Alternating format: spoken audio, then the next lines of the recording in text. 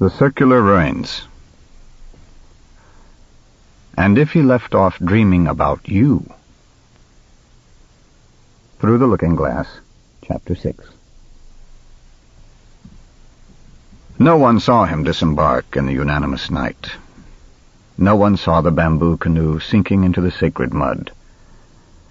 But within a few days, no one was unaware that the silent man came from the south, and that his home was one of the infinite villages upstream, on the violent mountainside, where the Zend tongue is not contaminated with Greek, and where leprosy is infrequent. The truth is that the obscure man kissed the mud, came up the bank without pushing aside, probably without feeling, the brambles which delacerated his flesh, and dragged himself, nauseous and blood-stained, to the circular enclosure crowned by a stone tiger or horse, which once was the color of fire, and now was that of ashes. The circle was a temple, long ago devoured by fire, which the malarial jungle had profaned and whose god no longer received the homage of men. The stranger stretched out beneath the pedestal. He was awakened by the sun high above. He evidenced without astonishment that his wounds had closed. He shut his pale eyes and slept, not out of bodily weakness, but out of determination of will. He knew that this temple was the place required by his invincible purpose. He knew that downstream the incessant trees had not managed to choke the ruins of another propitious temple, whose gods were also burned and dead. He knew that his immediate obligation was to sleep. Towards midnight, he was awakened by the disconsolate cry of a bird. Prints of bare feet, some figs, and a jug told him that men of the region had respectfully spied upon his sleep, and were solicitous of his favor, or feared his magic. He felt the chill of fear, and sought out a burial niche in the dilapidated wall, and covered himself with some unknown leaves. The purpose which guided him was not impossible, though it was supernatural. He wanted to dream a man. He wanted to dream him with minute integrity, and insert him into reality. This magical project had exhausted the entire content of his soul. If someone had asked him his own name or any trait of his previous life, he would not have been able to answer. The uninhabited and broken temple suited him, for it was a minimum of visible world. The nearness of the peasants also suited him, for they would see that his frugal necessities were supplied. The rice and fruit of their tribute were sufficient sustenance for his body, consecrated to the sole task of sleeping and dreaming. At first, his dreams were chaotic. Somewhat later, they were of a dialectical nature. The stranger dreamt that he was in the center of a circular amphitheater, which in some way was the burned temple. Clouds of silent students filled the gradins. The faces of the last ones hung many centuries away, and at a cosmic height, but were entirely clear and precise. The man was lecturing to them on anatomy, cosmography, magic. The countenances listened with eagerness and strove to respond with understanding, as if they divined the importance of the examination which would redeem one of them from his state of vain appearance and interpolate him into the world of reality. The man, both in dreams and awake, considered his phantom's replies, was not deceived by impostors, divined a growing intelligence in certain perplexities. He sought a soul which would merit participation in the universe. After 9 or 10 nights, he comprehended with some bitterness that he could expect nothing of those students who passively accepted his doctrines, but that he could of those who, at times, would venture a reasonable contradiction. The former, though worthy of love and affection, could not rise to the state of individuals. The latter pre-existed somewhat more. One afternoon, now his afternoons too were tributaries of sleep, now he remained awake only for a couple of hours at dawn, he dismissed the vast illusory college forever and kept one single student. He was a silent boy, sallow, sometimes obstinate, with sharp features which reproduced those of the dreamer. He was not long disconcerted by his companion's sudden elimination. His progress, after a few special lessons, astounded his teacher. Nevertheless, catastrophe ensued. The man emerged from sleep one day as if from a viscous desert, looked at the vain light of afternoon, which at first he confused with that of dawn, and understood that he had not really dreamt. All that night and all day, the intolerable lucidity of insomnia weighed upon him. He tried to explore the jungle, to exhaust himself. Amidst the hemlocks, he was scarcely able to manage a few snatches of feeble sleep, fleetingly mottled with some rudimentary visions which were useless. He tried to convoke the college, and had scarcely uttered a few brief words of exhortation, when it became deformed and was extinguished. In his almost perpetual sleeplessness, his old eyes burned with tears of anger.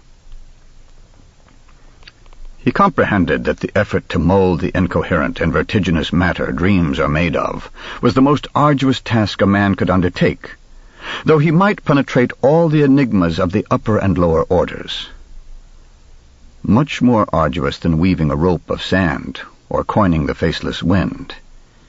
He comprehended that an initial failure was inevitable.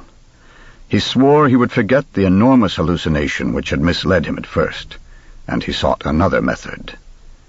Before putting it into effect, he dedicated a month to replenishing the powers his delirium had wasted. He abandoned any premeditation of dreaming, and almost at once was able to sleep for a considerable part of the day. The few times he dreamt during this period, he did not take notice of the dreams. To take up his task again, he waited until the moon's disk was perfect. Then, in the afternoon, he purified himself in the waters of the river, worshipped the planetary gods, uttered the lawful syllables of a powerful name, and slept. Almost immediately, he dreamt of a beating heart.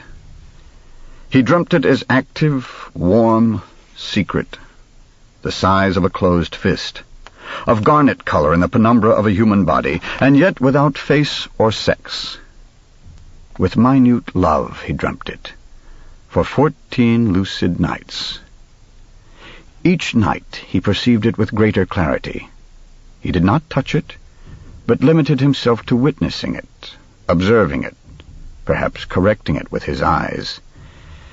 He perceived it, lived it, from many distances and many angles. On the 14th night he touched the pulmonary artery with his finger, and then the whole heart, inside and out. The examination satisfied him. Deliberately he did not dream for a night. Then he took the heart again, invoked the name of a planet, and set about to envision another of the principal organs. Within a year he reached the skeleton, the eyelids. The innumerable hair was perhaps the most difficult task. He dreamt a complete man, a youth. But this youth could not rise, nor did he speak, nor could he open his eyes. Night after night, the man dreamt him as asleep. In the Gnostic cosmogonies, the demiurgi knead and mold a red Adam, who cannot stand alone. As unskillful and crude and elementary as this atom of dust was the atom of dreams fabricated by the magician's nights of effort. One afternoon, the man almost destroyed his work, but then repented. It would have been better for him had he destroyed it. Once he had completed his supplications to the noumena of the earth and the river, he threw himself down at the feet of the effigy, which was perhaps a tiger and perhaps a horse, and implored its unknown succor. That twilight, he dreamt of the statue. He dreamt of it as a living, tremulous thing. It was not an atrocious mongrel of tiger and horse, but both these vehement creatures at once, and also a bull, a rose, a tempest. This multiple god revealed to him that its earthly name was fire, that in the circular temple, and in others of its kind, people had rendered it sacrifices and cult, and that it would magically give life to the sleeping phantom in such a way that all creatures except fire itself and the dreamer would believe him to be a man of flesh and blood. The man was ordered by the divinity to instruct his creature in its rites, and send him to the other broken temple whose pyramid survived downstream, so that in this deserted edifice a voice might give glory to the god. In the dreamer's dream, the dreamed one awoke. The magician carried out these orders. He devoted a period of time, which finally comprised 2 years, to revealing the arcana of the universe and of the fire cult to his dream child. Inwardly, it pained him to be separated from the boy. Under the pretext of pedagogical necessity, each day he prolonged the hours he dedicated to his dreams. He also redid the right shoulder, which was perhaps deficient. At times he was troubled by the impression that all this had happened before. In general, his days were happy. When he closed his eyes, he would think, "Now I shall be with my son," or, less often, "The child I have engendered awaits me and will not exist if I do not go to him." Gradually he accustomed the boy to reality. Once he ordered him to place a banner on a distant peak. The following day the banner flickered from the mountain top. He tried other analogous experiments, each more daring than the last. He understood with certain bitterness that his son was ready, and perhaps impatient, to be born. That night he kissed him for the first time, and sent him to the other temple, whose debris showed white downstream, through many leagues of inextricable jungle and swamp. But first, so that he would never know he was a phantom, so that he would be thought a man like others, he instilled into him a complete oblivion of his years of apprenticeship. The man's victory and peace were dimmed by weariness. At dawn and at twilight, he would prostrate himself before the stone figure, imagining perhaps that his unreal child was practicing the same rites in other circular ruins, downstream. At night, he would not dream, or would dream only as all men do. He perceived the sounds and forms of the universe with a certain colorlessness. His absent son was being nurtured with these diminutions of his soul. His life's purpose was complete. The man persisted in a kind of ecstasy. After a time, which some narrators of his story prefer to compute in years and others in lustra, he was awakened one midnight by 2 boatmen. He could not see their faces, but they told him of a magic man in a temple of the north who could walk upon fire and not be burned. The magician suddenly remembered the words of the god. He recalled that of all the creatures of the world, fire was the only one that knew his son was a phantom. This recollection, at first soothing, finally tormented him. He feared his son might meditate on his abnormal privilege and discover in some way that his condition was that of a mere image. Not to be a man, to be the projection of another man's dream. What a feeling of humiliation, of vertigo. All fathers are interested in the children they have procreated, they have permitted to exist in mere confusion or pleasure. It was natural that the magician should fear for the future of that son, created in thought, limb by limb and feature by feature, in 1,001 secret nights. The end of his meditations was sudden, though it was foretold in certain signs. First, after a long drought, a faraway cloud on a hill, light and rapid as a bird. Then, toward the south, the sky which had the rose color of the leopard's mouth. Then the smoke which corroded the metallic nights. Finally, the panicky flight of the animals. For what was happening had happened many centuries ago. The ruins of the fire god's sanctuary were destroyed by fire. In a birdless dawn, the magician saw the concentric blaze close round the walls. For a moment, he thought of taking refuge in the river, but then he knew that death was coming to crown his old age and absolve him of his labors. He walked into the shreds of flame. But they did not bite into his flesh. They caressed him, and engulfed him without heat or combustion.